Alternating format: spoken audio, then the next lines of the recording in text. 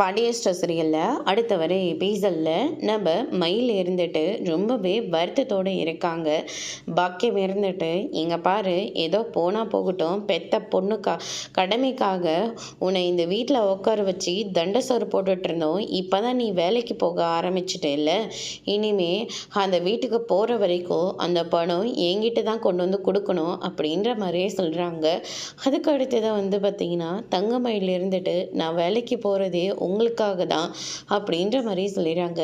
ஏன்னா என்ன தண்ட சோறுன்னு சொல்லிக்கிட்டு இருக்கீங்கல்ல, நான் தண்டமாக உட்காந்து சாப்பிட்டுட்ருக்கல, 10,000 ரூபா சம்பளம் கொடுக்குறேன் அப்படின்ற மாதிரி நம்ம தங்கமயில் சொல்லிடுறாங்க. இதை கேட்ட உடனே பாக்கியம் பயங்கரமாக ஷாக் ஆகுறாங்க. இப்படி தான்க்கா நீ பதிலுக்கு பதில் பேசினீங்கன்னா இவங்க பாட்டுக்கு இவங்க அமைதியை விடுவாங்க, நீங்கள் அமைதியாக இருக்கிறதுனால தான் இவங்க அவங்க இஷ்டத்துக்கு பேசிக்கிட்டு இருக்காங்க அப்படின்ற மாதிரி சுடர் ஒரு பக்கம் சொல்லிக்கிட்டு இருக்காங்க. அதுக்கு அடுத்து தான் இந்த சைடு பார்த்திங்கன்னா நம்ம அஞ்சலி இருந்துட்டு சரவணனுக்கு ஃபோன் பண்ணுறாங்க.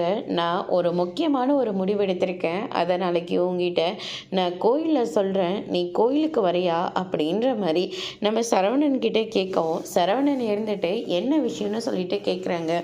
நீ நேரில் வா, அப்புறமா சொல்கிறேன் அப்படின்ற மாதிரியே சொல்லிடுறாங்க. சரவணன் இருந்துட்டு அப்படி என்ன விஷயமா இருக்கும் அப்படின்னு சொல்லிட்டு திங்க் பண்ண ஆரம்பிக்கிறாங்க. அதோட இன்னைக்கான பிரம்ம முடிச்சிருக்காங்க.